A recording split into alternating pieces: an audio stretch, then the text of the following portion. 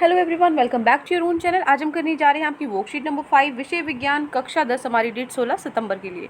तो चलिए शुरू करते हैं। आज की वर्कशीट में हम अम्ल, क्षारक एवं लवण और धातु एवं अधातु इन दोनों जो पार्ट है इनकी कुछ विकल्प वाले प्रश्न करेंगे, जिसमें से 4 विकल्प में से आपको एक सही छांटना है। ठीक है, तो 10 क्वेश्चन होंगे आपके। हर एक प्रश्न आपका 1 नंबर का होगा, तो 10 मार्क्स का आपका ये असाइनमेंट या फिर टेस्ट होगा। ठीक है, चलिए स्टार्ट करते हैं पहले प्रश्न से। पहला आपका प्रश्न है, किसी पदार्थ की एक सूत्र इकाई से जुड़े जल अणुओं की निश्चित संख्या को कहा जाता है क्रिस्टलन। क्रिस्टलन का जल योजन का पानी या फिर तनुकरण। बताइए क्या होता है। तो आपको ध्यान रखना है कि जब भी किसी पदार्थ की एक सूत्र इकाई से जुड़े जल अणुओं की निश्चित संख्या को हम क्या बोलते हैं, हमेशा क्रिस्टलन का जल। क्या हो जाएगा हमारा जो बी ऑप्शन है ये सही हो जाएगा। ठीक है, क्रिस्टलन का जल। नेक्स्ट है, जिप्सम का रासायनिक सूत्र है। जिप्सम का रासायनिक सूत्र क्या है, CaOSO4H2O या फिर CaSO4 2H2O, CaSO4 3H2O या फिर CaSO4 4H2O। कौन सा सही है जिप्सम का, हमने याद भी किया था एक बार, क्या होता है CaSO4 2H2O। कौन सा ऑप्शन सही होगा आपका, जो बी ऑप्शन है ये करेक्ट होगा। ठीक है, जिप्सम वाले का। क्लियर, पहले 2 प्रश्न हो गए। आगे बढ़ते हैं प्रश्न नंबर 3 पर। प्रश्न 3 है, निर्जलित कॉपर सल्फेट का रंग है। निर्जलित कॉपर सल्फेट का रंग कैसा है, काला, नीला, सफ़ेद, हरा। कैसे रंग का होगा। देखो जो कॉपर सल्फेट होता है उसका रंग आप मुझे बताओगे कमेंट सेक्शन में रिप्लाई करके कि हरा होता है या फिर इसका निर्जलित का नहीं पूछ रही, सिंपल आपका निर्जलित का नहीं, कॉपर सल्फेट का जो रंग होता है वो कैसा होता है, नीला या हरा, इन दोनों में से आपको बताना है। ठीक है, ऑप्शन में कमेंट करके आप मुझे बताओगे। तो उसके बाद अगर वो निर्जलित होता है, निर्जलित कॉपर सल्फेट का रंग कैसा होगा, काला, नीला, सफ़ेद, हरा। देखो नीला और हरा तो होगा नहीं, वो तो मैंने आपको ऑप्शन दिया है। आपको जो सिंपल कॉपर सल्फेट है, निर्जलीय नहीं, ठीक है, सिर्फ कॉपर सल्फेट, उन दोनों में से, इन दोनों में से आएगा। ठीक है, तो वो निर्जलित के लिए तो आएगा नहीं। तो निर्जलित के लिए बचता है काला या सफ़ेद। तो निर्जलित कॉपर सल्फेट सफ़ेद रंग का होता है। ठीक है ना, कैसा होगा, सफ़ेद रंग का। तो जो प्रश्न नंबर 3 है इसका सी ऑप्शन हमारा सही होगा। ठीक है, आगे है प्रश्न नंबर 4।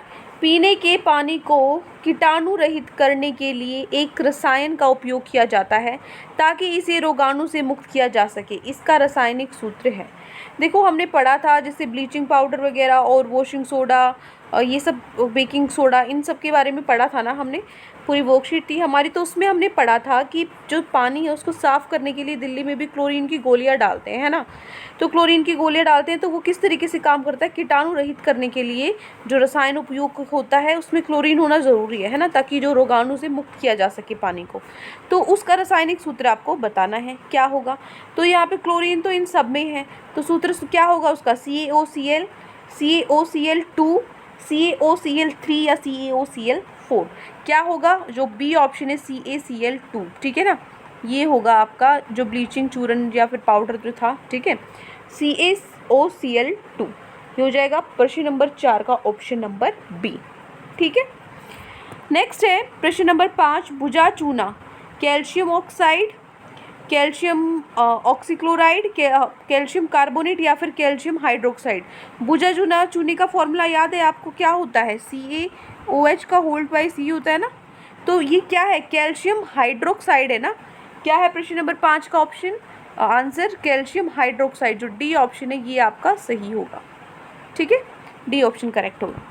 नेक्स्ट है, एक तत्व ऑक्सीजन के साथ अभिक्रिया कर एक उच्च गलनांक बिंदु का एक यौगिक देता है। यह यौगिक पानी में भी घुलनशील है। ये तत्व क्या है। तो देखो क्या बोल रहा है, एक तत्व ऑक्सीजन के साथ जो अभिक्रिया करता है वो बताना है। ऑक्सीजन के साथ अभिक्रिया करके जो यौगिक बनता है ना उसका गलनांक उच्च होता है, ज़्यादा होता है, और ये पानी में भी घुल जाता है। क्या होता है, कैल्शियम, कार्बन, कार्बन तो घुलता नहीं है, कैल्शियम घुलनशील है ना। ठीक है, बाकी ऑप्शन क्या है आपके, उसके बाद है सिलिकॉन और आयरन। ठीक है, सिलिकॉन, आयरन, कार्बन ये तो घुलनशील नहीं होंगे पानी में। कैल्शियम होगा, कैल्शियम को जब हम अभिक्रिया कराएंगे ऑक्सीजन के साथ, इसका गलनांक भी क्या होगा, उच्च होगा, और ये यौगिक पानी में भी घुलनशील होगा। तो प्रश्न नंबर 6 का उत्तर क्या हो जाएगा, ए पार्ट कैल्शियम। ठीक है, नेक्स्ट है प्रश्न नंबर 7 है, अधातु जो विद्युत का चालन कर सकता है। आपको वो अधातु बताना जो विद्युत का चालन कर सकता है। ग्रेफाइट, आयोडीन, सिलिकॉन, हीरा। मैंने आपको बताया था जो भी अधातु होते हैं वो विद्युत का चालन नहीं कर सकते, ठीक है ना, वो क्या होते हैं, कुचालक होते हैं विद्युत के, है ना। लेकिन एक एक्सेप्शन था, एक को छोड़कर, वो एक क्या था, ग्रेफाइट, आयोडीन, सिलिकॉन, हीरा, को क्या था, वो ग्रेफाइट था। ग्रेफाइट को छोड़ के सारे क्या होते हैं, विद्युत के कुचालक होते हैं, लेकिन जो ग्रेफाइट है वो सुचालक होता है। तो प्रश्न नंबर 7 का क्या होगा, ए। अधातु जो विद्युत का चालन कर सकता है वो होता है ग्रेफाइट, ठीक है। नेक्स्ट है प्रश्न नंबर 8, यौगिक जो अम्ल और क्षारक के साथ अभिक्रिया कर लवण और पानी का उत्पादन करता है उसे कहते हैं क्या। अम्लीय ऑक्साइड, क्षारीय ऑक्साइड, उभयधर्मी ऑक्साइड या फिर उदासीन ऑक्साइड, ये आपको बताना है। तो जो यौगिक अम्ल और क्षारक के साथ अभिक्रिया करता है, ठीक है, ये नहीं पूछा उसने, अभिक्रिया का नाम नहीं पूछा। जैसे आप बोलोगे न्यूट्रलाइजेशन जो उदासीन अभिक्रिया थी वो वाली नहीं है इसमें, इसने तो ये पूछा यौगिक, उस यौगिक को हम क्या बोलेंगे जो अम्ल और क्षारक के साथ अभिक्रिया करके लवण और पानी का उत्पादन करता है, उसे क्या बोलेंगे, अम्लीय ऑक्साइड, क्षारीय, उभयधर्मी ऑक्साइड या फिर उदासीन ऑक्साइड, क्या बोलेंगे। प्रश्न नंबर 8 का जो ऑप्शन है वो आएगा सी, उभयधर्मी ऑक्साइड हम उसको बोलेंगे, जो यौगिक अम्ल और क्षारक के साथ अभिक्रिया कर लवण और पानी बनाता है, ठीक है। ये हो गया प्रश्न नंबर 8। आगे बढ़ते हैं, आखिरी 2 प्रश्न है, प्रश्न नंबर 9 और 10। धातु जो कमरे के तापमान पर द्रव है, मैंने आपको बताया था क्या होता है कमरे के तापमान पर द्रव, मरकरी होता है ना, मरकरी का क्या सिंबल होता है, Hg, मतलब Hg यहाँ पे आएगा। Na क्या होता है, sodium, Mg magnesium, Nn manganese, ठीक है। तो यहाँ पे मरकरी होता है जो कमरे के तापमान पर द्रव होता है। तो ऑप्शन नंबर जो बी है आंसर 9 का बी ऑप्शन बिल्कुल करेक्ट है, ठीक है। नेक्स्ट है, लास्ट आपका क्वेश्चन है, सितार जैसे संगीत वाद्य यंत्रों की तार बनाने के लिए धातुओं के जिस गुण का उपयोग किया जाता है वह गुण है ध्वनिक, आघातवर्धकता, तन्यता या फिर चालकता।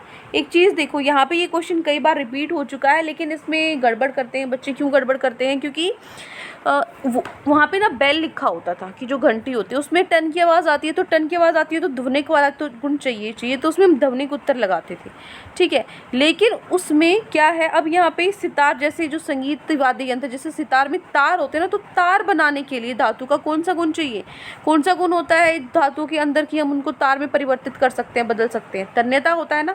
तो कौन सा ऑप्शन सही होगा, जो सी ऑप्शन है वो आपका सही होगा। ध्वनिक में आवाज़ होता है, आघातवर्धकता जो पतली चादर में बदल सकते हैं, तन्यता पतली तारों में बदल सकते हैं, चालकता जो उसकी सुचालक होता है, कुचालक होता है, ठीक है, विद्युत का। तो सी ऑप्शन आपका करेक्ट होगा प्रश्न नंबर 10 का। तो ये 10 प्रश्न आज आपकी वर्कशीट में दिए गए थे। आई होप आपको अच्छे से समझ में आ गए हैं। कोई भी डाउट है किसी भी क्वेश्चन में तो कमेंट सेक्शन में आप मुझसे पूछ सकते हैं, और अगर आपको लेक्चर अच्छा लगे तो चैनल को सब्सक्राइब कर सकते हैं, वीडियो को लाइक कर सकते हैं। आज के लिए इतना ही, मिलते हैं नेक्स्ट वीडियो में। Till then take care, bye bye.